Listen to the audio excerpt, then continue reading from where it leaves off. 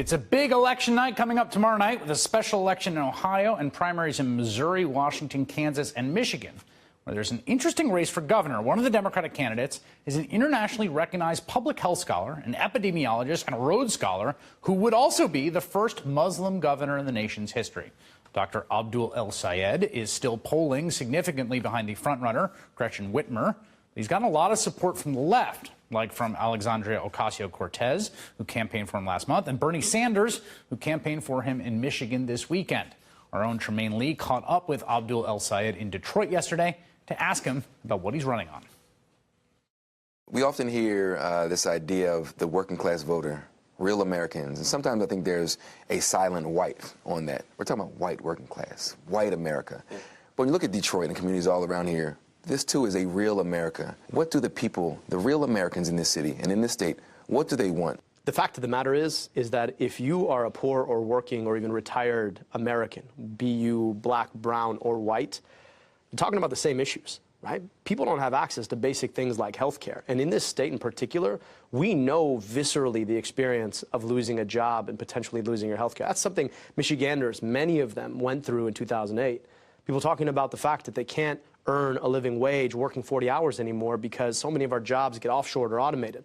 People worried about the air their kids breathe, the water their kids drink. And our message has always been that if we come together around a politics that puts people ahead of the corporations that have dominated our politics for so long, that we can actually solve those problems. Access to health care, high-quality schools, access to air and water that don't poison your kids, a good job that pays a $15 minimum wage where you get union representation.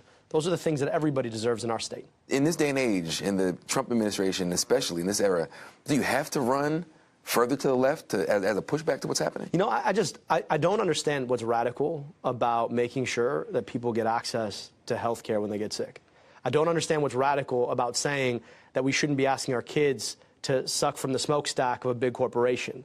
I don't know what's radical about saying that if you work a 40-hour work week, you should be able to afford the trappings of a dignified life. None of those things to me seem all that radical. Have you gotten adequate support from the Democratic machine?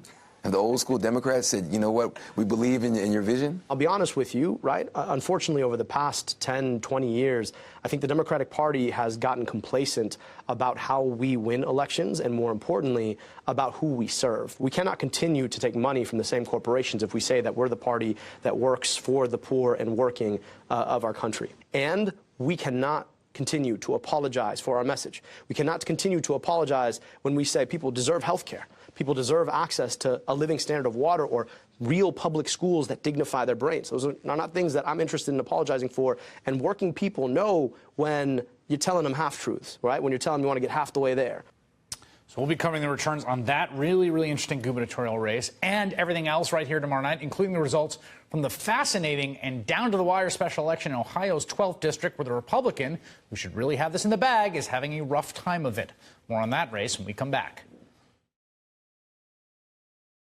Hey there, I'm Chris Hayes from MSNBC. Thanks for watching MSNBC on YouTube. If you want to keep up to date with the videos we're putting out, you can click subscribe just below me or click over on this list to see lots of other great videos.